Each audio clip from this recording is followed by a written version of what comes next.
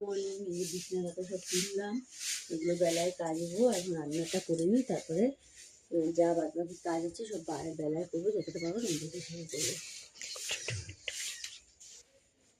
এই রান্না হলো, আজকে চলছে নিরামিষ, তার জন্য নিরামিষ রান্না করেছি। বিটার গাজর ভাজা করেছি আর সোয়াবিন করছি। আর এখন এই যে রুটি করছি, আটা নিয়ে ওর জন্য ময়দা দিয়ে রুটিগুলো করছি।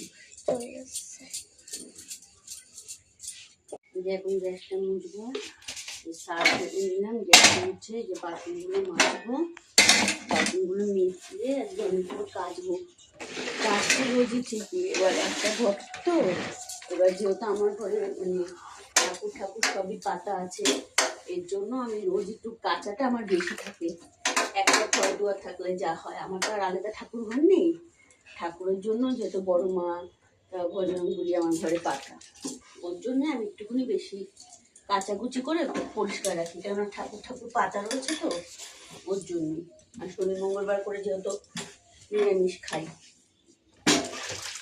আমি অনেকগুলো কাচবো। মশারি, বিছানার চাদর, বালিশের ওষার, বালাকোষের ওষার সব কাচবো। আজকে বের করেছি এক গামলা, এখন এগুলো মেজে ধুয়ে তারপর কাচবো।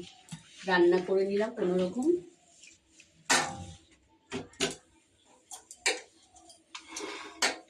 আর আমাদের জল তো সবসময় পাওয়া যায় না, যখন 11টায় আসে, সকাল 5টায় আসে, 9টায় যায়, আবার 11টায় আসে, 1:30টায় যায়, তার মধ্যেই কাজ সারতে হয়।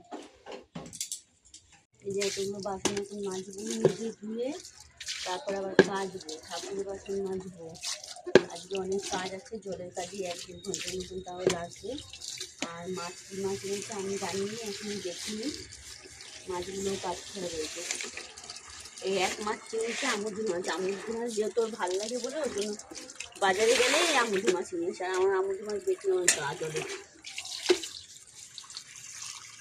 মাছ কাটবো, বাসন মাজবো, জল তুলবো, তারপরে সব কিছু।